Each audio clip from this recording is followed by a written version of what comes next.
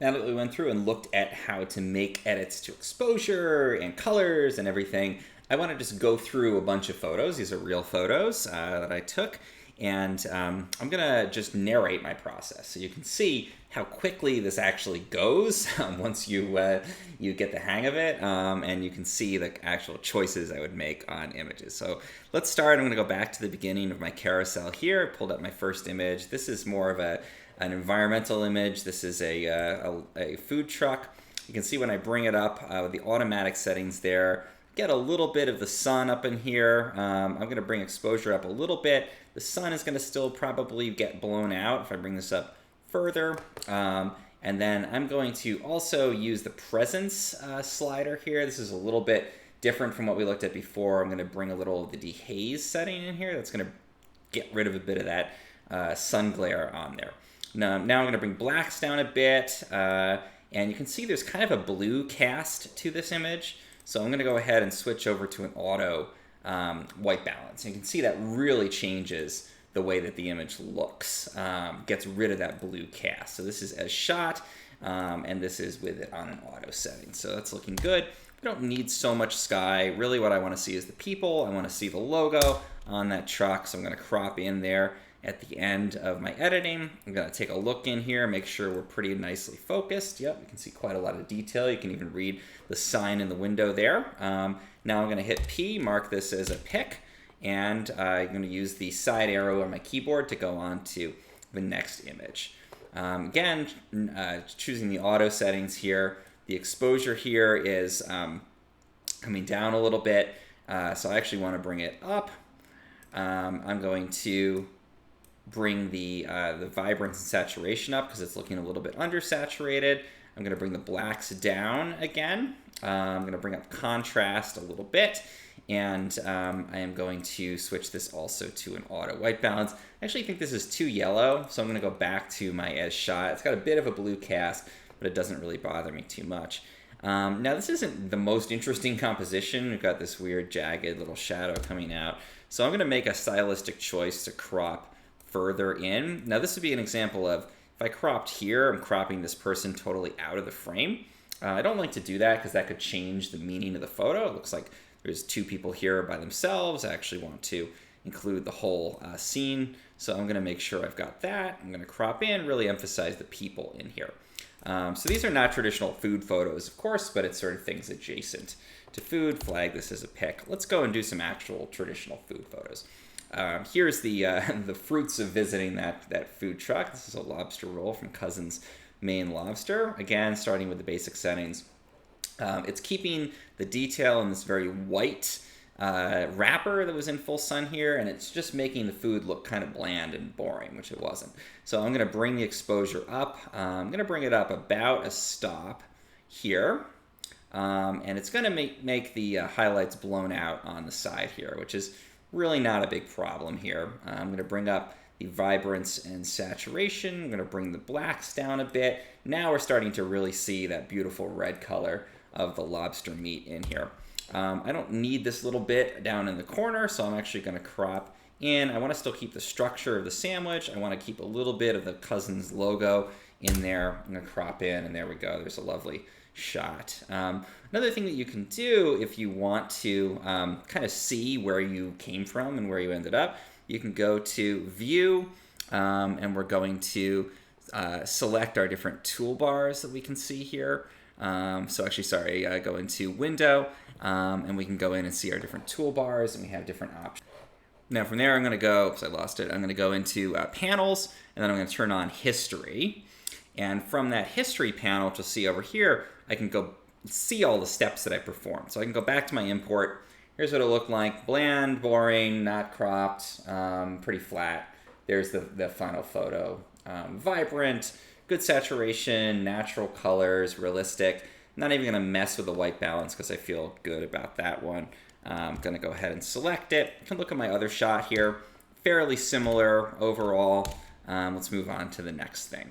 So this is one where I took two different angles, probably trying to see what I was going to have in focus. These are lobster tots, by the way. They're really delicious. It's tater tots covered in lobster.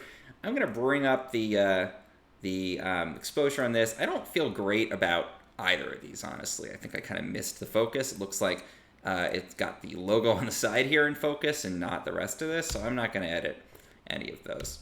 Let's go on here. This is another food shoot. Got cupcakes here. Again, starting with our basic settings, bring the exposure up here quite a bit. I'm going to bring up the saturation because it still looks a little bit bland to me. Noticing a color cast that I don't love on there, so let's go into auto. Still doesn't seem to be getting rid of it, so I'm going to try to come in here, select a neutral point. You can see I start to get a lot more of the color back in the cupcakes on this shelf here. I'm going to dehaze a bit because you can see this was shot through glass in a display case. The dehaze setting is great to restore some detail if you're shooting through glass or on a hazy day.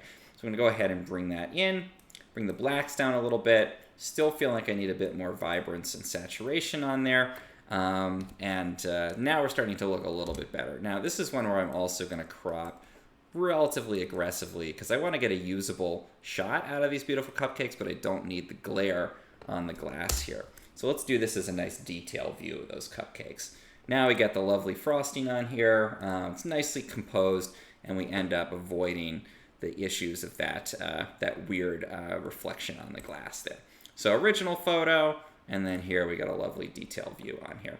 I can even bring maybe blacks down a bit more, this up a bit more, and again, I feel good there. Let's flag it as a pick by pressing that P key. This is one where I went in.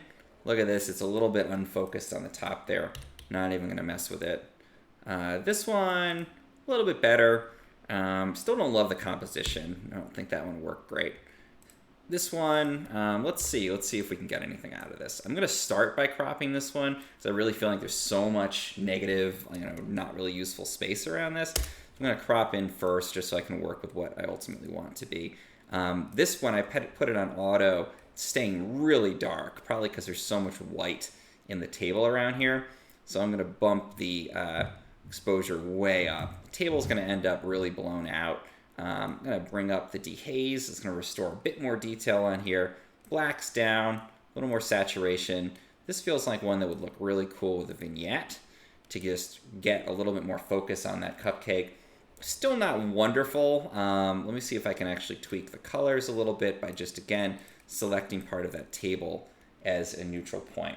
A little bit better. Still not my favorite photo, but we can get something fairly usable out of it. We can even go crazy and really vignette that. It gets a very dramatic cupcake look. I actually kind of like that. I think I'll use that. Obviously not going to put that in a magazine or newspaper or anything, but I still think it is a usable photo. Going in here, you can see focus is off on the letters here, so I'm not even going to use that. Let's go in here. That looks better. I'm going to crop this one first because I am only really focusing on the top of the box here. Cropping in, make sure that you get still a balanced composition. I had a little too much space on one side, so I want to make sure this is fairly centered. Go ahead and set the auto settings on there. Bring the exposure up a little bit. I'm going to bring up the saturation on here. Blacks down quite a lot. Get these nice dark blacks in the background here. I think that's looking pretty good. Bring up the exposure even a bit more to get that chocolate box on there. Flagging this one as a pick. Let's skip ahead now. Take a look at some more of the traditional food photos. Everybody loves photos of sushi. This is in the same setting as the other one that we were looking at with the salad. So again, let's start here. We're going to bring in the auto settings. Going to bring up the exposure a bit. We're back to having that little nice bit of sunshine coming in the side here, which makes a really cool dramatic lighting. So I'm going to bring that up even a little bit more. Checking the highlights, still good. Maybe even a little more than that. Now I'm going to probably bring the blacks down a little. Feel good about the shadows and the whites here. White balance looks pretty good. I can check how it looks in an auto setting. I still think this is fine. It's got a little bit of a blue cast from the sunlight. I think that's actually nice in this case. I don't feel like it needs a lot more vibrance or saturation. It already looks pretty colorful in here, and our focus is spot on. You can see the beautiful grain and the fish on that. Now I have a couple of options for how I could crop this. I'm just gonna crop in a little bit to get just a little more centered composition, but keep the edge of that plate, which I think looks cool. And I like that we have a selective focus, really focusing on this Alaska roll, and this spicy tuna is there, but it's actually a little bit blurred in the corner. I think that actually looks nice. So that's one way I could choose to crop this. I'm gonna go ahead and do that. But the nice thing is I shot two different versions of this photo. So I can actually take this one and decide I want a fairly similar composition, decide I want to edit it a bit differently. So let me go ahead. I'm going to firstly make some tweaks that I would normally do here as we explore it. Exposure, contrast, shadows. This one still looking good on white balance. Now, instead of keeping this whole composition with the plate and everything, two ways I could crop it. I could, because I do have a lot of detail in here, I could go in and do a really close-up, get that little bit of plate out of there, really close-up detail view of the sushi here. That's a kind of a beautiful way to do it. Let me just choose, this makes it a little bit too blue, I think. So let me go back to the auto white balance. But that's a really cool composition, close-up of the sushi, still tons of detail, looks great. One of the other ways I could do this, I can step back in my history, or I can go back to my cropping view. I can also crop this to be vertical. So I just drag the cropping up, and it's going to switch it over to a vertical. And especially for social, it's nice to have some vertical shots, and you can make those out of your horizontal images. So I could crop in, still getting the detail view of the sushi, but we get this more sort of vertical composition. I could even expand it out a bit, get a bit of the plate in. No, I think it's better actually if I do more of that detail view. So this would be a nice one for a social feed. Again, different ways to approach that vertical kind of look to the way the sushi's arrayed on the plate. Because I had two versions essentially of that shot, I can keep this one where it's the whole plate, more of the context, and I can get a nice vertical shot with some detail out of it. So you can see, as you start to do this, it gets a lot faster. A lot of these choices become kind of second nature, and you can really move through your photos pretty quickly, making these kinds of edits. But just practice, start out by really putting the time in to tweak each photo, experiment with the different settings. As you get more practice, though, you can probably do this in a matter of 10, 15 seconds per photo if you really need to.